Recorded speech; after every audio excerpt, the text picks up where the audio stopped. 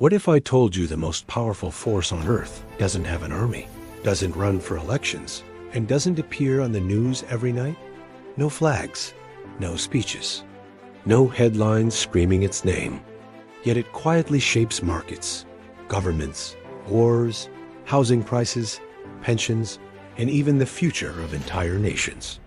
While the world argues about presidents, prime ministers, and billionaires, something far bigger operates behind the scenes, unseen, unnamed, and largely unquestioned.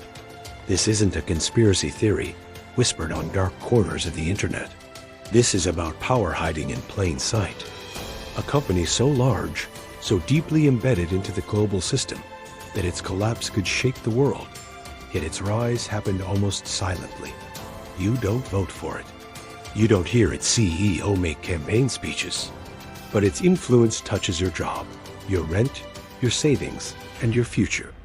This is the story of BlackRock, the financial giant most people have never heard of, but whose shadow stretches across the entire world. And once you understand how it works, you'll never look at money, power, or control the same way again. BlackRock didn't begin as a villain. In fact, it started small. In 1988, Larry Fink and a group of partners launched a firm focused on risk management. The idea was simple: help investors understand risk better. No drama, no world domination, just spreadsheets, data, and financial models. But here's where the story changes. BlackRock wasn't just managing money. It was learning how money moves, how it breaks, and how it controls behavior. Then came the turning point. In 2008, the global financial system collapsed. Banks failed. Markets crashed. Governments panicked. And when the world's biggest institutions didn't know what to do, they turned to BlackRock. Not as a bank, not as a government agency, but as a problem solver. BlackRock was brought in to analyze toxic assets, rescue failing portfolios, and advise governments on how to stop total collapse. Let that sink in. A private company was helping governments decide how to save the global economy. From that moment on, BlackRock wasn't just another financial firm. It became embedded inside the system. Here's where most people misunderstand BlackRock. BlackRock doesn't technically own everything. It manages assets. But managing trillions of dollars gives you something more powerful than ownership: influence without responsibility. BlackRock manages money for pension funds, governments, insurance companies, universities' retirement accounts, sovereign wealth funds. That means it votes on shares. It advises companies. It influences corporate decisions. It shapes which businesses survive and which fail. And it does this quietly. When BlackRock speaks, CEOs listen. When BlackRock shifts investments, markets react. When BlackRock advises governments, policy follows. At the heart of BlackRock's power is something called Aladdin. No, not the cartoon. Aladdin is a massive financial analysis system that monitors risk across global markets in real time. It processes stocks, bonds, real estate, commodities, entire economies. Aladdin doesn't just analyze markets, it predicts behavior. And here's the terrifying part. Governments and central banks also use it. That means one system, built and controlled by one private company, helps guide financial decisions for a huge portion of the world.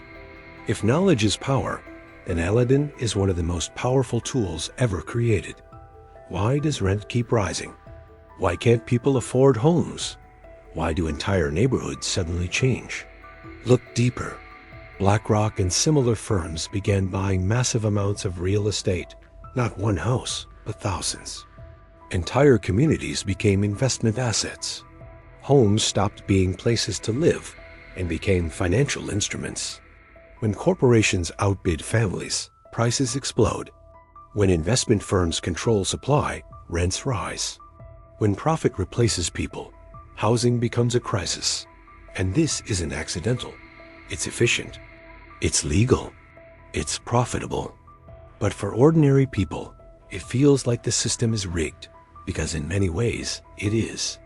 BlackRock doesn't run candidates. It doesn't need to. Its executives meet with presidents, treasury departments, central banks, international institutions. When crises happen, pandemics, wars, financial crashes, BlackRock is called in to help stabilize the system. But stabilization often means consolidation. More control, more centralization, more dependence. This isn't done with evil laughter or secret rooms.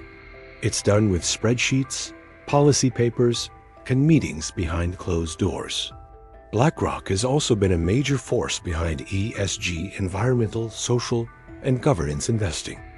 On the surface, ESG sounds positive. Cleaner energy, ethical companies, responsible governance, but critics argue something darker.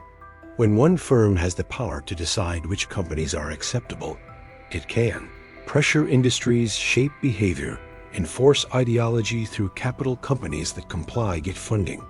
Those that don't are slowly cut off. This is not government regulation. This is financial enforcement. The most dangerous thing about BlackRock isn't malice, it's scale. If BlackRock fails, the shockwaves would be global. If BlackRock makes a mistake, everyone pays. If BlackRock collapses, governments would have no choice but to intervene. That makes it untouchable. And when something becomes untouchable, accountability disappears. You might not have heard of them, but they are the world's largest asset manager. What does that mean? It means they manage over $10 trillion. That's more than the economies of Japan and Germany combined. So where is all this money? It's in everything. BlackRock is one of the top shareholders in major companies you know and use every day, like Apple, Microsoft, and Amazon. They own significant stakes in big banks, media companies, and even your favorite food brands. This gives them immense, quiet influence.